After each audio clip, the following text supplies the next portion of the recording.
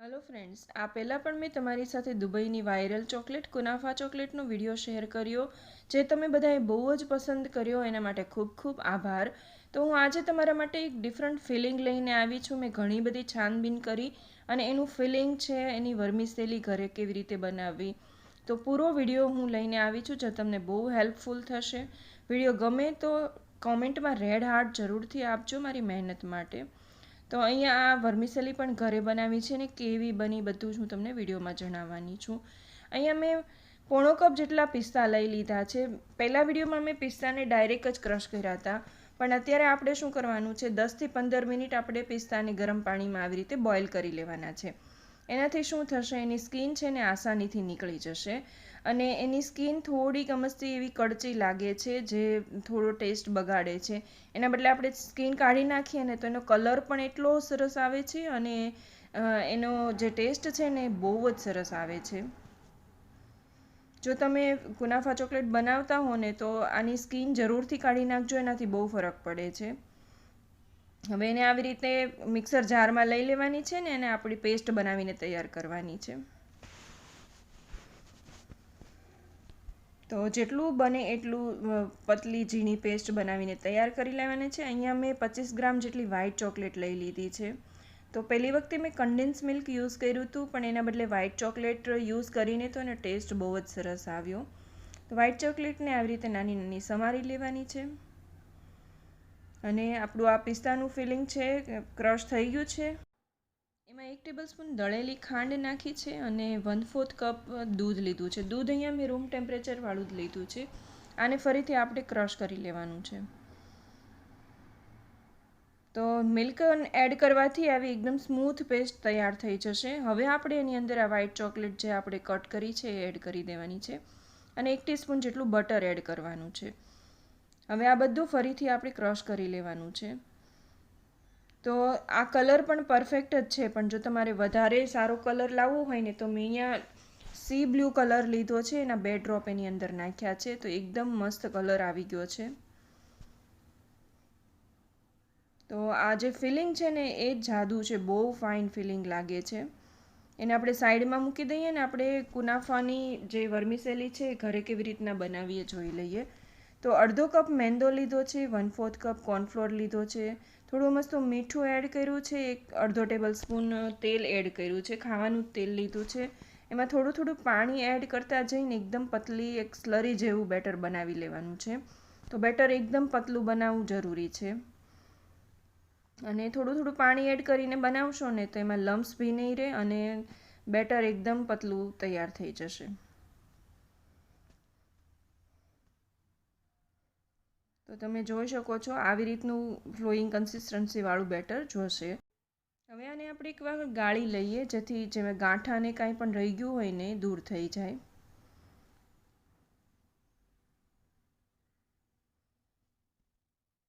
અને હવે એક આપણે જુગાડ કરવાનો છે. તો અહીંયા મેં આવી રીતની પ્લાસ્ટિકની બોટલ લઈ લીધી છે, નાની જે પાણી પીએ છે એ બોટલ જ તે.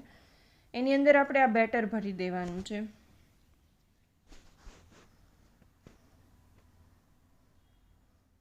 એનું ઢાંકણ બંધ કરી અને ઢાંકણ એકદમ સોફ્ટ હોય છે, તો તમે એને સોયથી કે સેફ્ટી પિનથી આવી રીતે હોલ કરશો ને તો આસાનીથી પડી જશે. તો આવી રીતે થોડાક 5 થી 6 જેટલા હોલ કરી નાખવાના છે. તો અહીંયા આવી રીતે વચ્ચે હોલ કરીને રેડી કરી લીધી છે. હવે અહીંયા મેં નોનસ્ટિક પેન ગરમ કરી લીધું છે. ગરમ થઈ જાય ને એટલે તરત જ આ બેટર આવી રીતે રાઉન્ડ રાઉન્ડ આપણે ઘુમાવવાનું છે. તમે બોટલ ઘુમાવશો ને એટલે આવી જ રીતના રાઉન્ડ એનું લાઇનિંગ પડવાનું ચાલુ થઈ જશે. એને આપણે 2 મિનિટ જેટલું આવી રીતે એકદમ લો ફ્લેમ ઉપર શેકી લેવાનું છે. તો આસાનીથી ઉખડી જશે અને ઉખડી જાય પછી પણ એને 1 મિનિટ જેટલું શેકવાનું છે, એટલે થોડીક ડ્રાય થઈ જાય ને ક્રિસ્પી થઈ જાય. હવે એને આપણે એક બોલમાં ટ્રાન્સફર કરી લઈએ. આવી જ રીતના બધા બેટરમાંથી આપણે અહીંયા વર્મિસેલી તૈયાર કરી લઈશું. આવી રીતે ડ્રાય થતી જાય એટલે આપણે એને જ બોલમાં ટ્રાન્સફર કરતા જશું. હવે છેલ્લે 1 ટેબલસ્પૂન બટર લેવાનું છે ને બધી વર્મિસેલી છે ને એમાં એડ કરી દેવાની છે ને આપણે એને એકદમ ડ્રાય થઈ જાય, થોડી બ્રાઉન થઈ જાય ને ત્યાં સુધી આપણે એને શેકી લેવાની છે. તો આ વર્મિસેલી થોડી ક્રિસ્પી થાય ને ત્યાં સુધી શેકવી ખૂબ જ જરૂરી છે, નહીં તો તમે ચોકલેટમાં ફિલ કરશો ને તો એકદમ સોગી થઈ જશે, ટેસ્ટ સારો નહીં આવે. હવે ડ્રાય થઈ ગઈ છે, એને મેં ઠંડી કરી અને આવી રીતે રસી ચોપરમાં ભરી અને એને આપણે ચોપ કરી લઈએ એટલે થોડી નાની નાની પીસીસમાં તૈયાર થાય. તમે આની જગ્યાએ રેડીમેડ રાઈસ વર્મિસેલી પણ લઈ શકો છો. એની લિંક હું ડિસ્ક્રિપ્શન બોક્સમાં આપી દઈશ, તમે પરચેસ કરી શકો છો. પણ સેવૈયા નહીં લેતા, એનો ટેસ્ટ થોડો ડિફરન્ટ થઈ જાય છે. હવે આની અંદર આપણે જે પિસ્તાનું ફિલિંગ કર્યું હતું ને એ બધું જ એડ કરી દેવાનું છે ને મિક્સ કરી લેવાનું છે. અને મેં હજી થોડું ક્રન્ચીનેસ માટે થોડા જે ક્રન્ચી બોલ્સ આવે છે ને એ એની અંદર એડ કરી દીધા છે, જે ચોકલેટમાં બહુ ફાઇન લાગે છે. બધું મિક્સ કરી અને પછી ફિલિંગને આપણે સાઈડમાં મૂકી દેવાનું છે. અહીંયા મેં 50 ગ્રામ જેટલી વ્હાઇટ ચોકલેટ લઈ લીધી છે. તમે 25 ગ્રામ લેશો તો પણ ઇનફ થઈ જશે. એને આપણે નાના પીસમાં કટ કરી લેવાની છે. અને આ કમ્પાઉન્ડ ચોકલેટને ફ્રીજમાં નથી મૂકવાની કોઈ દિવસ, આપણે ફ્રીજની બહાર જ એને સ્ટોર કરવાની છે, જેથી આવી રીતે પીસીસ કરવામાં પણ એકદમ આસાની રહે છે. અને ફ્રીજની બહાર સ્ટોર કરીએ તો પણ સારી જ રહે છે. આને 30 સેકન્ડ મેં માઇક્રોવેવ કરી લીધું છે ને પછી આવી રીતે બહાર કાઢીને હું મિક્સ કરી લઉં છું. આમાં આપણે એક કલર પણ એડ કરવાનો છે, તો હું થોડું વ્હાઇટ ચોકલેટ છે એક અલગ બાઉલમાં લઈ લઉં છું અને એની અંદર હું રેડ ફૂડ કલર એડ કરું છું. તો આ છે ઓઇલ પેસ્ટલ કલર છે, એટલે તમે વ્હાઇટ ચોકલેટમાં પણ આનો યુઝ કરી શકો છો. કલર એડ કરી 2 ડ્રોપ એડ કરીને મિક્સ કરી દેવાનું છે. તો આપણા 2 કલર રેડી થઈ ગયા છે. અહીંયા મેં ચોકલેટનું મોલ્ડ લઈ લીધું છે. તમે કોઈ પણ બિસ્કિટનું પણ જે પાછળનું મોલ્ડ આવે છે બિસ્કિટ ખાઈને જ્યારે ફેંકીએ ત્યારે, તો એ પણ તમે આના માટે લઈ શકો છો. એમાં પણ ચોકલેટ આસાનીથી બની જશે. તો હું આવી રીતે પિંક ચોકલેટ છે ડ્રિઝલ કરી દઉં છું અને એની ઉપર થોડીક વ્હાઇટ ચોકલેટ ડ્રિઝલ કરી દઉં છું.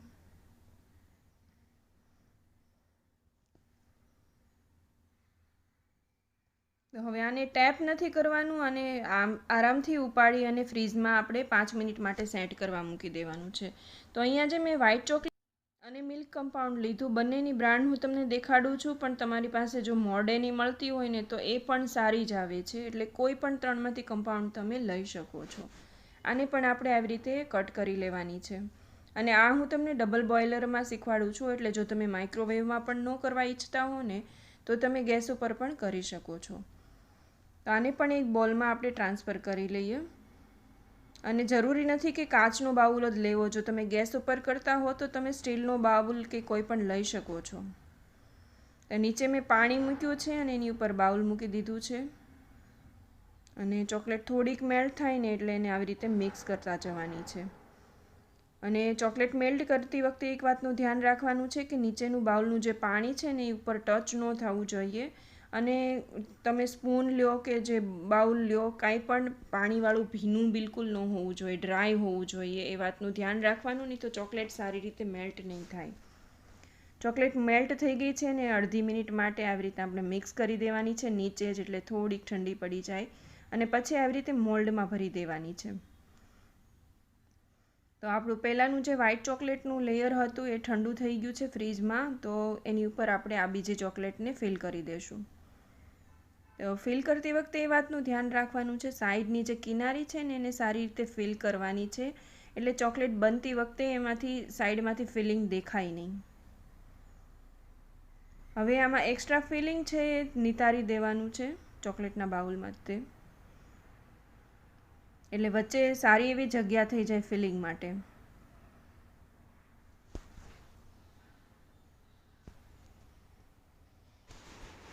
અને એની સાઈડ છે સ્ક્રેપરથી અથવા તો છરીથી આવી રીતે ક્લીન કરી નાખવાની. અને મેં એક ટીશ્યુ લીધું છે, એનાથી હું આવી રીતે બોર્ડર ક્લીન કરું છું ને એટલે એકદમ નીટ થઈ જાય. હવે આને આપણે 10 મિનિટ માટે ફ્રીજમાં મૂકવાની છે. હંમેશા ચોકલેટ સેટ કરતી વખતે ફ્રીઝરમાં નહીં મૂકવાની, ફ્રીજમાં મૂકવી જરૂરી છે. 10 મિનિટ થઈ ગઈ છે અને બહાર કાઢી અને વચ્ચે જે ગેપ છે ને ત્યાં આપણે સારી રીતે ફિલિંગ ભરી દેવાનું છે. તો ફિલિંગ ભરતી વખતે પણ એના જે કોર્નર છે એ બધા જ આવી જાય એ રીતે ફિલિંગ ભરવાનું છે. અને એ વાતનું ધ્યાન રાખવાનું છે ફિલિંગ એકદમ ઇક્વલ લેવલ ઉપર ભરાય. ઓછું પણ નથી ભરવાનું અને એકદમ ઉપર સુધી પણ નથી ભરવાનું, કે જેથી તમે ઉપરની ચોકલેટનું લેયર કરો ને ત્યારે તમને પ્રોબ્લેમ ન થાય. તો આવી રીતે મેં બધા જ બોક્સ છે ફિલિંગથી ભરી દીધા છે અને એને એકદમ સ્મૂથ કરી દીધું છે સ્પૂનની મદદથી. ચોકલેટ થોડી કડક થઈ ગઈ હતી તો માઇક્રોવેવમાં મેં ફરીથી મેલ્ટ કરી લીધી છે. 10 સેકન્ડ માટે જ મેલ્ટ કરી છે મેં.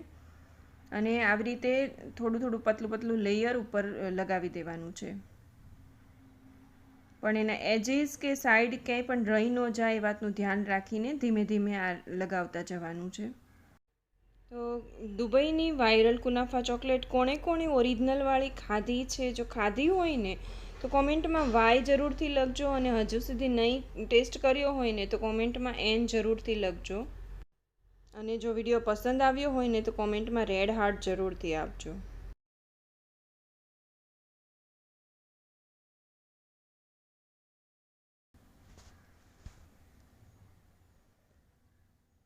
આવી રીતે સાઈડ પણ થોડીક જરીથી ક્લીન કરી નાખવાની છે. ને ફરીથી મારી પાસે વ્હાઈટ ચોકલેટ વધી હતી તો હું આવી રીતે એને પણ ઉપરથી ડિઝાઇન આપી દઉં છું, અને થોડી પિંક ચોકલેટની પણ ડિઝાઇન આપી દઉં છું.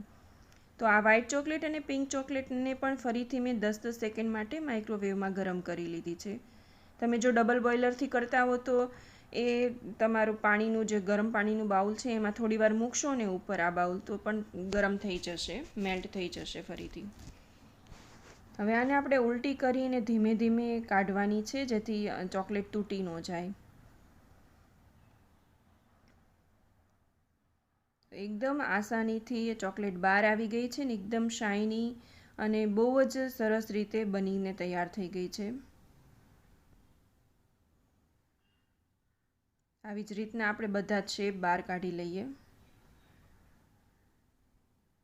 એકદમ ટેસ્ટી ઘરે જ કુનાફા ચોકલેટ બની ગઈ છે. એની સાઈડ આવી રીતે નાઇફથી આપણે કટ કરી લઈશું ને તો એકદમ એનું જે ટેક્સચર છે એ પણ બહુ સરસ બની જશે, એકદમ બાર જેવી ચોકલેટ લાગશે.